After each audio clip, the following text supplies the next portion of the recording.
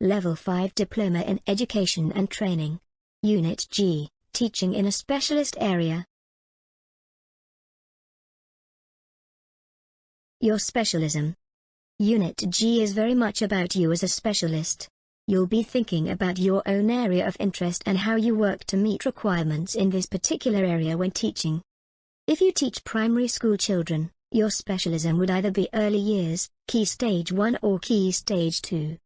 Students on the Level 5 Diploma in Education and Training come from a wide variety of backgrounds and teach a large array of different topics. Previous specialisms have included mathematics, language, religious studies, hair and beauty, engineering, building, dance, business, animal care, personal training, driver education courses, early years, sports/physical education, care work, first aid, IT, music, employability. Key aims in your specialist area. Think about your own specialist area, whatever that may be. Why is it taught? Why do you enjoy the subject? What do you aim to achieve by teaching this topic to others? These questions should help you to understand what the key aims in your specialist area are. Let's look at an example. Jay teaches technology at a secondary school.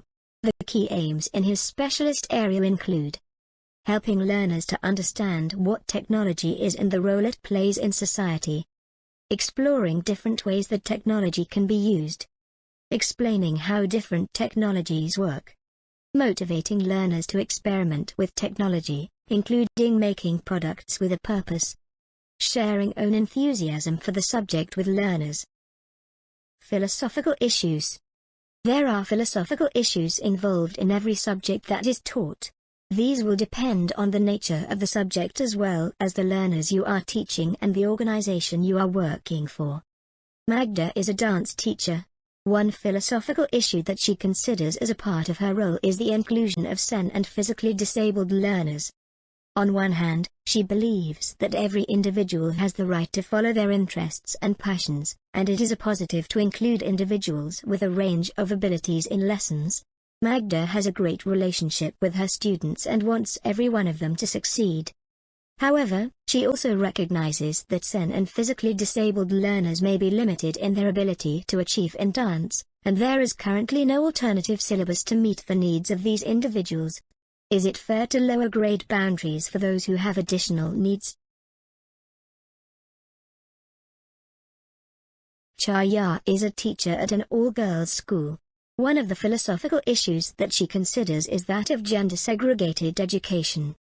Research shows that girls are more likely to pick and do well in masculine subjects like physics and maths when they are in single-sex schools. Likewise, boys in single-sex schools do better in subjects such as English. However, it should also be considered that all learners leave school and join a mixed-gender world. Being in a single-sex schools means that learners are not exposed to the behaviors of the other sex and may in fact lead to reinforced gender stereotypes. Lal is a history teacher in a secondary school. A philosophical issue relevant to his role is that of the national curriculum, which he has to follow when creating schemes of work and session plans. He sees the curriculum as a positive because it means that there are standard things which all school children should be taught to a certain level, meaning that education is equal across UK secondary schools. However, it does mean that areas of interest in topics relevant to the local area often go untouched, as there is not enough time to explore subjects that aren't specified within the curriculum. This means that his teaching can be quite limited. Aims. Think about the courses that you teach. What are the aims of the qualifications? In other words, what will the learner be able to do at the end of the course? Lisa teaches hairdressing at the local college. She teaches learners from level 1 to level 3. As a teacher, it is important that she is able to help her learners meet the key aims of these qualifications. These include: understand how to work in the hair industry, understand and apply cutting techniques, understand the process of coloring hair, understand scalp care and treatment, including shampooing and conditioning, Know how to greet, interact with and maintain a relationship with clients. Know how to promote products and services to clients within a salon environment. Structure. Related to the scheme of work, the structure of the learning program looks at how the course will run, from beginning to completion. As the teacher/trainer, part of your responsibilities include planning and preparing for the delivery of the program so that the aims can be met. John is a leather craft worker who has recently taken on an apprentice called Louise. In order to ensure that Louise passes her apprenticeship, he makes sure to follow the structure of the learning program carefully so that all topics are covered. The basic structure of the course is as follows. 15 months duration, beginning with an initial assessment and concluding with an endpoint assessment, EPA, over the final 3 months. 6 units in total, each completed over 2 months. Each unit is concluded by a formative assessment and a professional discussion.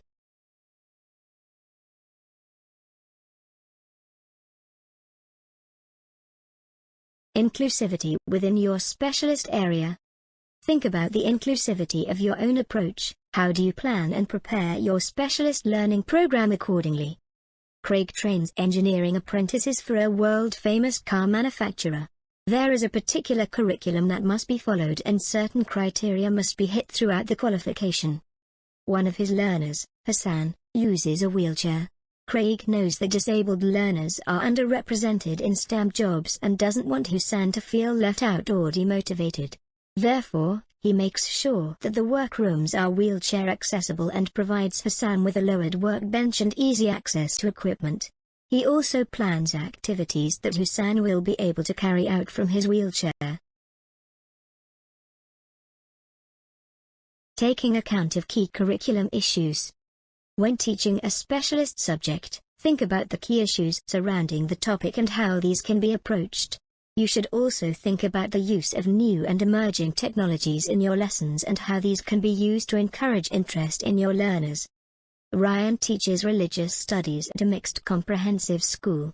His department decided on a GCSE syllabus that they felt was the most valuable for the students and covered a wide range of topics, i.e. a variety of different religions rather than just Christianity. Ryan feels this is better as it encourages tolerance and increases understanding of other people's cultures. He sets a research project on religious iconography, for which his students have access to the internet as well as the school library.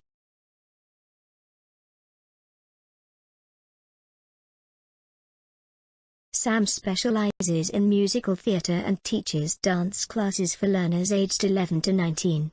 The young dancers learn routines to a range of different music. Sometimes, the dances are to music that is of an adult theme, such as songs from Moulin Rouge, Cabaret, and Chicago. Likewise, some of the costumes could be seen as inappropriate for the dancers' age group.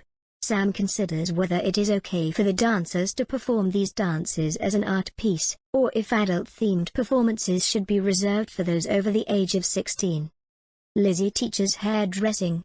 The learning program covers most areas of hair care, however, the focus is on European-type hair and tends to avoid discussing curly and afro hair, despite the fact that many of the learners on the hairdressing course have curly or afro hair themselves. Additional courses are required to learn how to style these hair types.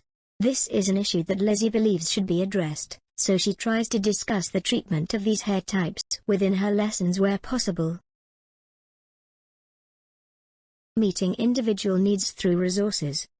Resources enable learners to explore topics in more depth and think about ideas in different ways. Everyone learns in a different way, and so having a range of resources that meet these different needs help all learners to engage with the lesson, as well as keep things interesting and varied. Enhanced Primary School has recently purchased a VR headset to use during one-to-one and small group sessions. This week, Shafiq's class has the headset. One of the children, Jordan, is struggling to keep up with the rest of the class, especially in science. Jordan is a visual learner, so Shafiq decides to have a one-to-one session with him in which they use the headset. There is a great program which allows you to explore different environments, such as the Great Barrier Reef or the Amazon rainforest. By using this technology, Shafiq not only meets Jordan's learning preference but also helps him to see science in a different way, and perhaps become more interested in the topic. Impact of liaison. Sometimes it is useful to liaise with others when wishing to develop our practice both within and outside of our specialist area. Emma trains digital marketing apprentices within a small advertising company. She finds it useful to liaise with her colleagues on a variety of issues, from teaching techniques and skills to the course content. By doing this, she is able to develop her practice, as she can consider different ways of doing things and effective achievement methods. She can also keep up with changes within her specialism, arranging training days and other CPD activities with them that will get them all up to speed with new technologies, etc. Additionally, it is sometimes beneficial to just talk to others in similar roles to get their take on things. Reviewing own practice in your specialist area. Reviewing your own practice allows you to know what you do well and what you could improve on. No one is perfect, everyone has strengths and weaknesses, and it is a skill to be able to identify these and work from them. When reviewing your practice in your specialist area, remember that you should be developing as a dual professional, in other words, both in your teaching and your knowledge of your subject. Palin is a drama teacher. She carries out a review of her own practice once a fortnight so that she always keeps track of how she is doing and what she needs to improve on. She's a very creative individual, loves improvisation and always comes up with great ideas for activities which her students love. However, she feels that her script writing skills still need some work, as she usually uses resources sourced from elsewhere. Having noticed this, she makes plans for CPD, including going to a script writing workshop and a residential drama development course.